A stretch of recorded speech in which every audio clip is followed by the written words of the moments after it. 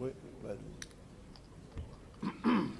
Chers concitoyens, Mesdames, Messieurs les membres de la presse nationale comme internationale, Mesdames et Messieurs, l'accession au pouvoir de PASTEF se singularise par une nette rupture du processus de consolidation de la démocratie sénégalaise qui s'est toujours inscrit autour des règles du jeu politique élaborées de manière consensuelle par tous les acteurs.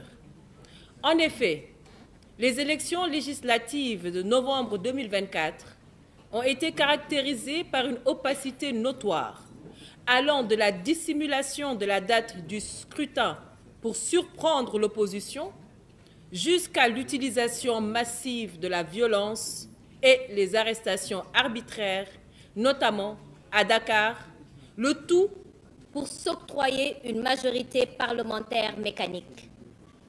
Ces manœuvres, s'ajoutant à une gestion unilatérale et non concertée du processus électoral, ont artificiellement amplifié une victoire qui était prévisible au vu de la tradition de donner au pouvoir entrant les moyens législatifs de gouverner. Cependant, en dépit de ces manœuvres et de la transhumance massive des maires, 3 721 932 Sénégalais, soit plus de la moitié des électeurs, n'ont pas jugé utile d'aller voter. Et parmi les votants, plus de 45% ont choisi les listes de l'opposition. Tout le monde comprend dès lors que la composition de l'Assemblée nationale, avec plus des 2/3 de députés affiliés à PASTEF, ne reflète aucunement la réalité du rapport des forces politiques de notre pays. La démocratie, supposant une expression plurielle des opinions, ces Sénégalais qui se sont exprimés massivement contre le pouvoir PASTEF ont droit à la parole et à une représentation efficace. Telle est la première raison de notre décision de rassembler toutes les forces vives de la nation. Il s'y ajoute que le pouvoir PASTEF s'enlise dans une logique de règlement de compte et une volonté de liquidation des libertés démocratiques, si chèrement conquises par des décennies de lutte de notre pays, de notre peuple. Plusieurs journalistes et opposants ont été injustement emprisonnés ou poursuivis en justice en raison de leurs opinions. Certains détenus sont maintenus en prison pour des raisons opaques, leur soit favorable ou totalement favorable. Le poste de vice-président de l'Assemblée nationale, dévolu à l'opposition, a été illégalement confisqué par la majorité mécanique de PASTEF. Le maire de Dakar a été démis de ses fonctions dans des conditions indignes d'un pays démocratique par une administration aux ordres. L'immunité parlementaire d'un député a été scandaleusement levée, sans que le pouvoir n'ait présenté un quelconque dossier incriminant le député et les demandes de levée des immunités parlementaires pour des gestions relevant, au mieux des cas, de la Haute Cour de justice ont été actées, démontrant aux yeux de tous un dérèglement de la justice de notre pays. Comme si l'administration ne devait plus reposer sur le principe de neutralité pendant de l'impartialité de l'État. Les manifestations pacifiques des populations sont systématiquement interdites. Une campagne insidieuse est orchestrée contre les partis politiques et par conséquent, l'esprit d'une compétition démocratique plurielle de plus en plus remise en question. Et pour la première fois de notre histoire, une révision ordinaire des listes électorales est engagée sans y associer les partis d'opposition. En effet, aucune rencontre avec les partis n'a été organisée ce jour, ce qui constitue une trahison de nos traditions de concertation politique sur les opérations électorales et la mise à jour du code électoral, ce qui augure de nouveaux coups de force antidémocratiques en relation notamment avec les prochaines élections territoriales. Par ailleurs, les dirigeants de PASTEF, manifestement peu préparés à gérer le pouvoir, ont, en l'espace de quelques mois, et à coups de tâtonnements, de populisme et de promesses sans lendemain, fini d'entraîner de larges secteurs de la population dans la paupérisation et le désarroi.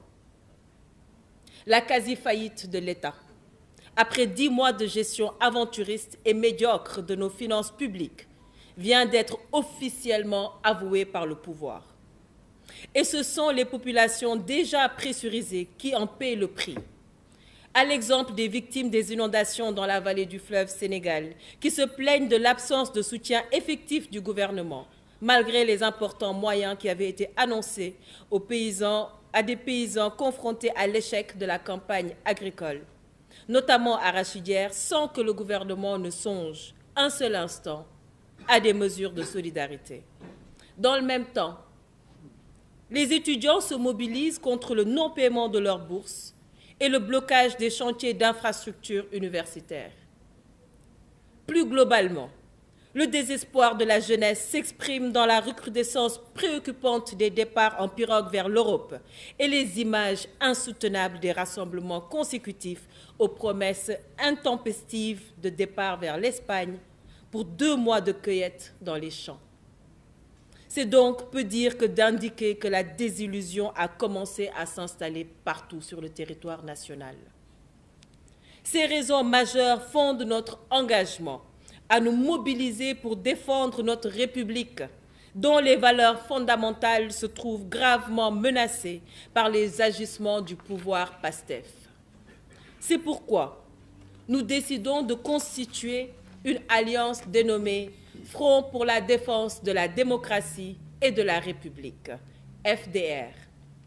La vocation du FDR est de rassembler l'ensemble des forces vives de la nation en vue de donner forme et contenu à la résistance du peuple sénégalais contre les politiques néfastes du pouvoir PASTEF.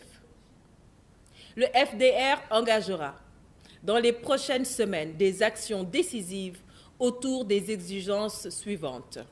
D'abord, défense des libertés et des droits démocratiques, notamment la libération immédiate et inconditionnelle de tous les prisonniers politiques et la fin des persécutions contre les opposants, les journalistes et les voix critiques. Le respect effectif des droits constitutionnels, en particulier la liberté de manifestation pacifique et la liberté d'expression. Deuxièmement, gestion démocratique du processus électoral, et notamment l'ouverture immédiate de concertations politiques autour de l'évaluation des élections présidentielles et législatives et la revue du code électoral, la révision concertée de la législation sur les partis politiques, respectant le pluralisme et l'ensemble des garanties offertes par la Constitution. Troisième point, solidarité avec les populations en lutte. Le FDR apportera un soutien actif à l'ensemble des luttes engagées par les forces vives pour défendre leurs droits sociaux et économiques contre les agressions du pouvoir PASTEF. Je vous remercie.